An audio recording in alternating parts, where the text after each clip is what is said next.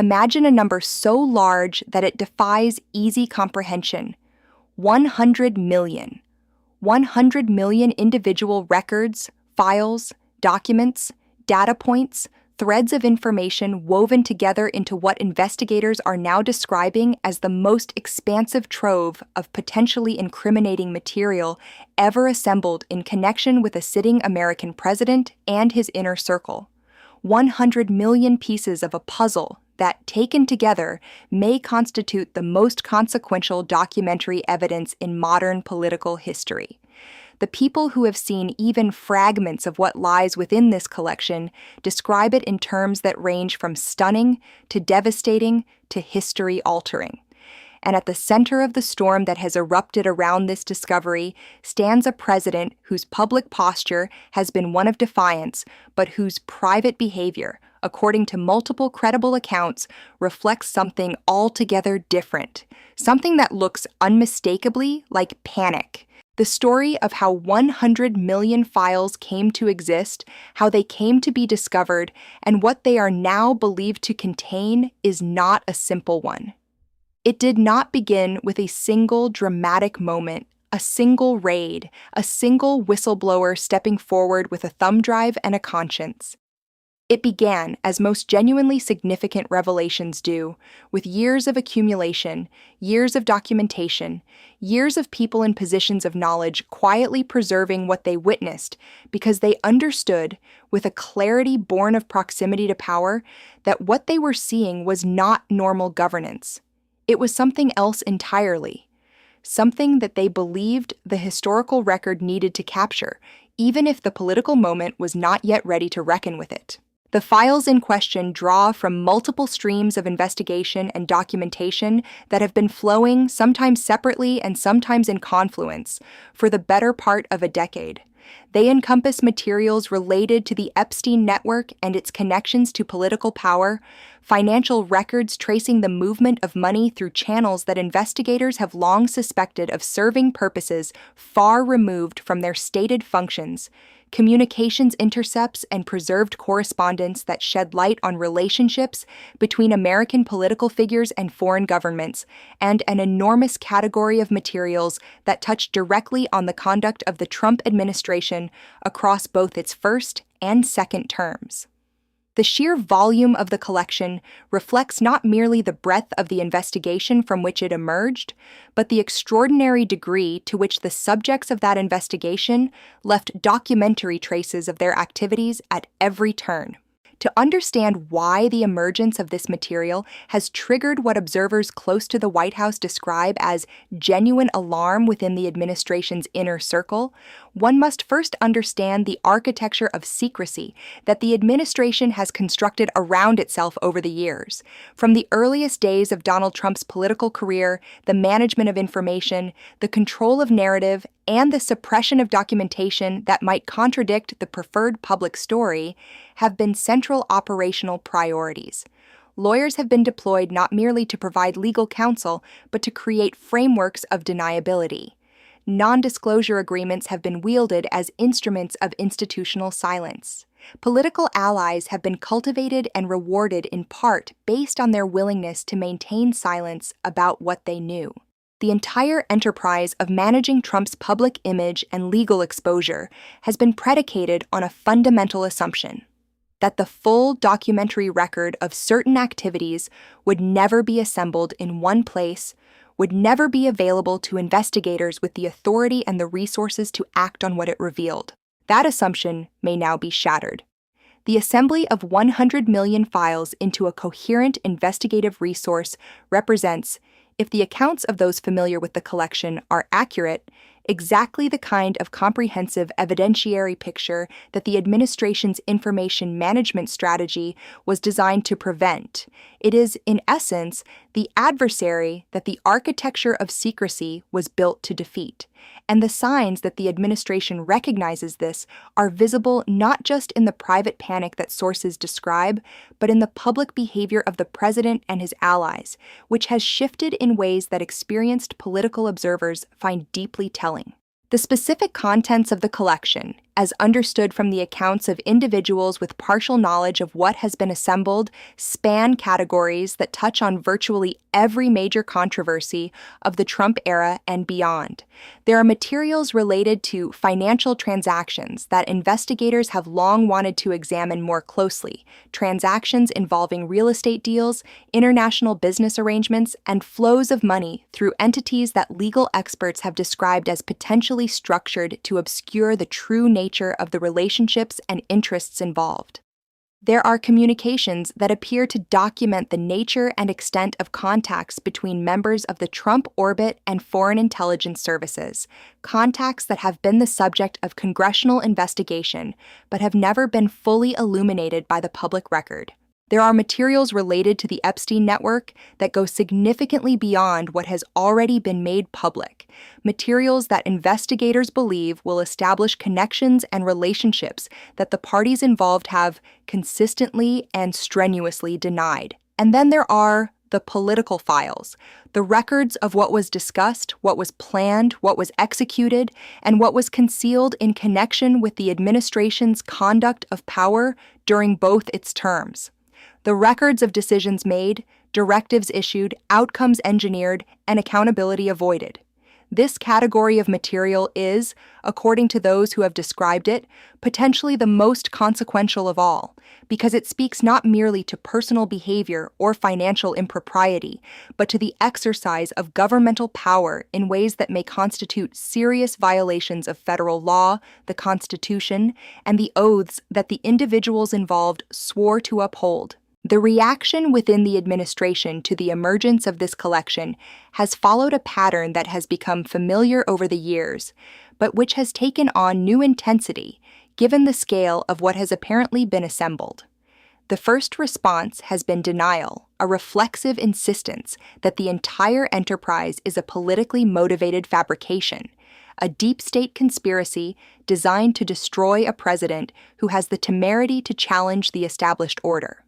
This framing, which the administration has deployed successfully in numerous previous controversies, represents the default setting of the Trump political machine, a setting that has proven effective at mobilizing the base, at creating doubt in the minds of persuadable observers, and at sustaining a siege mentality among supporters that makes them resistant to information that contradicts the preferred narrative. But experienced observers of the administration note that the denial this time carries a different quality. There is a defensiveness in the public statements that goes beyond what is typical even for an administration that has made aggressive counterattack its standard operating procedure. Spokespeople who are normally fluent in the language of confident dismissal have at moments appeared to be working harder than usual to maintain their composure. The president himself, whose public persona is built on an almost theatrical projection of invulnerability, has at times responded to questions about the files in ways that suggest a man who is not entirely sure what the files contain or what their release might reveal. That uncertainty, visible in the gaps and hedges of his public statements, is itself informative. The political context in which this disclosure has arrived could hardly be more volatile. The Trump administration is simultaneously managing an escalating confrontation with the federal judiciary, a deteriorating relationship with European allies, mounting economic pressures that are beginning to crack the narrative of prosperity that has been central to the administration's political self-presentation, and an ongoing legal and political battle over the Epstein files, which has already claimed significant casualties in the form of forced resignations and shattered reputations. The emergence of a collection of 100 million files that appears to touch on all of these matters simultaneously represents a compounding of vulnerabilities that even the most battle-hardened political operation would find challenging to manage. The Epstein dimension of the collection deserves particular attention because it represents a thread that connects so many of the other strands. The Jeffrey Epstein case has always been about more than one man's crimes, however horrific those crimes were. From the beginning, investigators and journalists who followed the case closely recognized that Epstein's power, his protection, his extraordinary ability to move through the highest levels of finance, politics, and celebrity without consequence for decades, derived from his role as a node in a network. A network of relationships, of mutual dependencies, of shared secrets, of compromised individuals who had every reason to ensure that the full truth about Epstein and his operations never emerged. The partial release of Epstein-related files earlier in the year had already begun to reveal the contours of that network. The materials apparently contained within the broader collection of 100 million files appear to take that revelation to an entirely different level. Congressional investigators who have been pursuing the Epstein matter have described, in carefully worded public statements, that nonetheless convey unmistakable urgency, their belief that the full picture of the network's reach into American political and financial life has not yet been publicly established. The names that have emerged so far, the resignations that have already occurred, the careers that have already been damaged or destroyed, represent, in their assessment, the beginning rather than the end of a process of accountability. The volume of files now apparently available to investigators suggests that the process they have been pursuing may be about to accelerate in ways that the individuals most exposed by the record have every reason to dread. The financial dimensions of the collection are equally significant. For years, investigators on multiple fronts, including congressional committees, federal prosecutors, and international regulatory bodies, have been attempting to trace the full picture of financial relationships involving the Trump Organization and its principals. These investigations have been consistently complicated by the opacity of the financial structures involved, by the use of limited liability entities that obscure the identity of beneficial owners, by international transactions that cross jurisdictions in ways that limit the reach of any single investigative authority, and by the systematic destruction and concealment of records that investigators have documented in multiple contexts. The assembly of 100 million files into a single investigative resource represents an attempt to overcome precisely these obstacles, to compile in one place the documentary record that has been deliberately fragmented across multiple jurisdictions, entities, and legal structures. Financial experts who have reviewed publicly available information about the nature of the collection describe it as potentially capable of establishing, with documentary precision, the full architecture of financial relationships that investigators have only been able to sketch in outline form until now. Transactions that seemed isolated, relationships that appeared innocuous when viewed in isolation, patterns that required a comprehensive view of the full record to become visible, all of these may now be traceable in ways that create legal exposure that was previously theoretical rather than concrete. The implications for individuals at every level of the Trump financial network, from the most prominent to the most peripheral, are potentially significant. The international dimensions of the story add further layers of complexity and consequence. The collection of files apparently includes materials related to the nature and extent of contacts between members of the Trump orbit and foreign governments, most prominently, but not exclusively, Russia.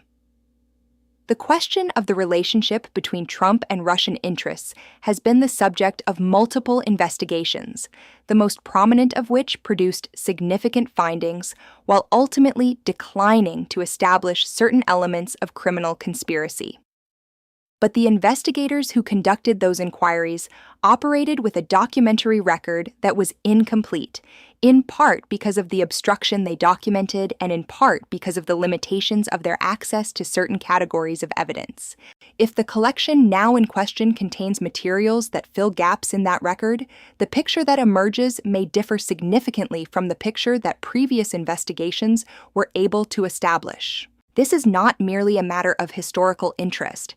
The foreign policy decisions of the current administration, its approach to Ukraine, its relationships with authoritarian governments abroad, its treatment of traditional allies, all of these present tense realities are informed by questions about what relationships and commitments may exist between the administration's principles and foreign interests.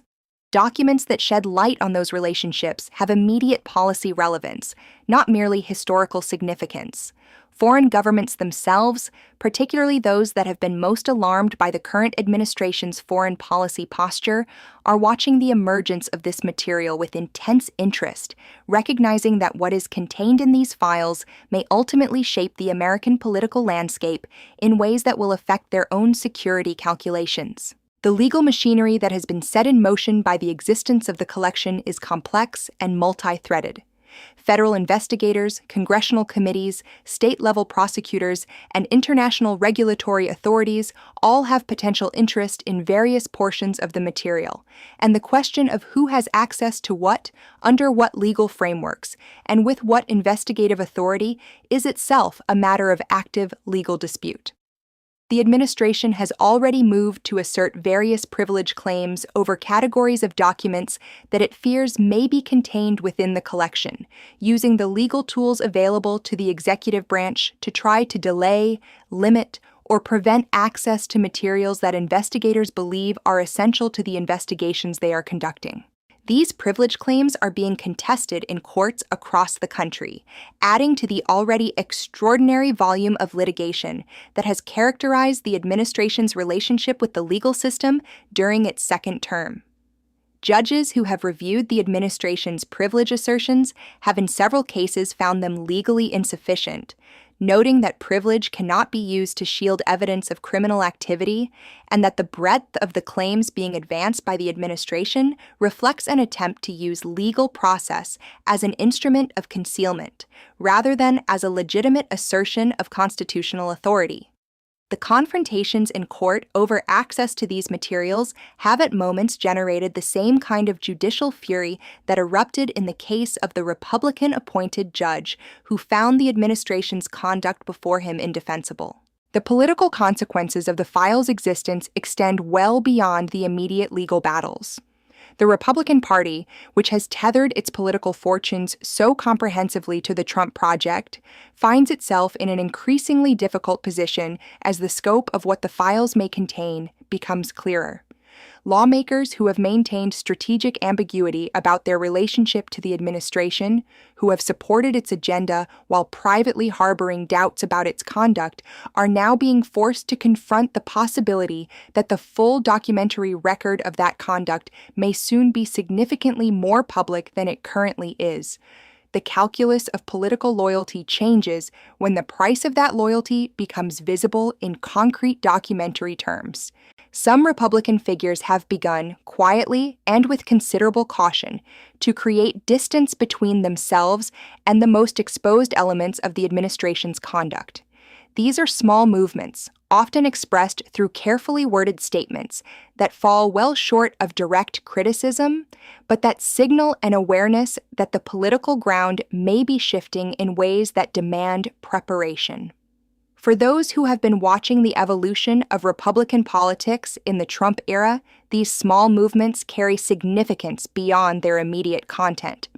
They suggest that the calculation of political risk and reward that has sustained the administration's hold on its party is beginning to change, that the prospect of comprehensive documentary exposure is introducing new variables into a political equation that has been relatively stable. The American public is watching all of this unfold against a backdrop of significant economic anxiety, eroding institutional trust, and a growing sense, documented in polling and expressed in countless individual conversations, that something fundamental is wrong with the governance of the country.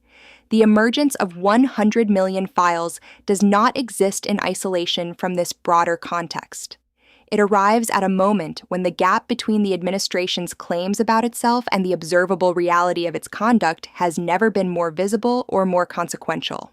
It arrives at a moment when judges are erupting in courtrooms, when allies are decoupling from American leadership, when workers are losing jobs and struggling with prices that official statistics undercount, and when the survivors of Jeffrey Epstein's crimes are still waiting for an accounting that the administration's attorney general declined to provide at a congressional hearing that itself became a symbol of institutional failure.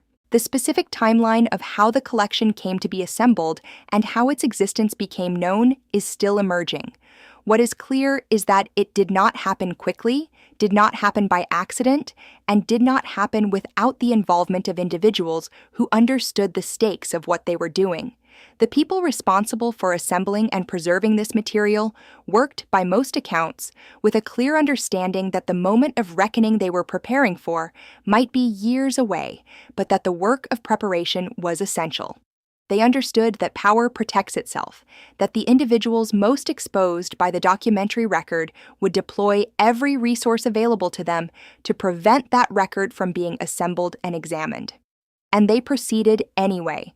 That decision, and the collection it produced, may prove to be one of the most consequential acts of institutional documentation in the history of American political accountability.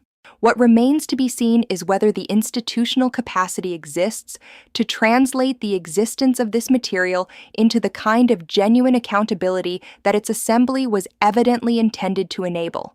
The question is not merely whether the files exist, though their existence is now established beyond reasonable doubt by multiple credible accounts. The question is whether the legal, political, and institutional machinery of accountability can function effectively enough, can resist the pressure that the administration will inevitably bring to bear, can maintain sufficient independence and integrity to allow the full significance of what the files contain to be publicly established and legally acted upon. That question does not have a predetermined answer.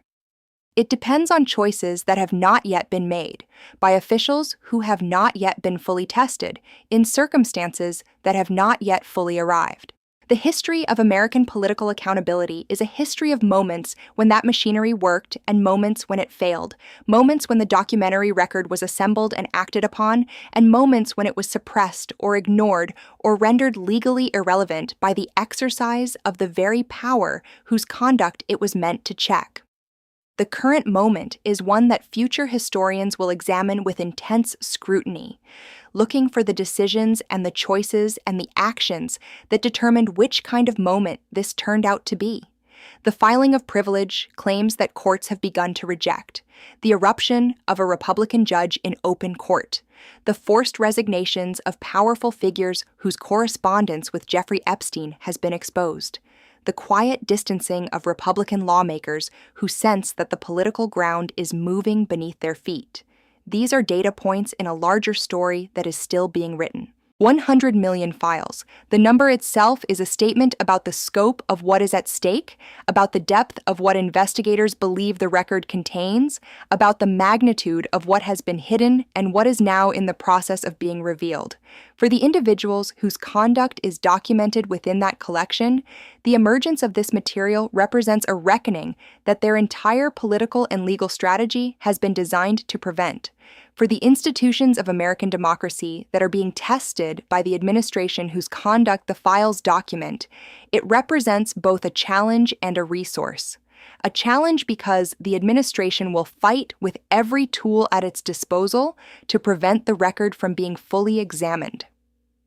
A resource because the truth, when it is comprehensively documented, has a power that no amount of denial, no volume of political counterattack, no force of executive pressure can permanently suppress.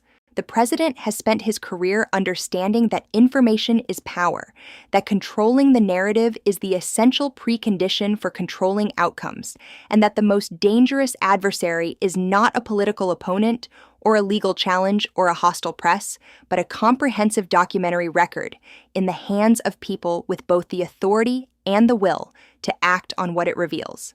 That adversary has now apparently arrived, and the 100 million files it has brought with it may represent, when the full history of this moment is written, the point at which the long arc of accountability finally began to bend toward justice. The question is not whether the truth is there. Multiple credible accounts suggest that it is. The question is whether America still has the institutional capacity, the judicial independence, the congressional courage, and the civic will to let that truth do what truth in a functioning democracy is supposed to do.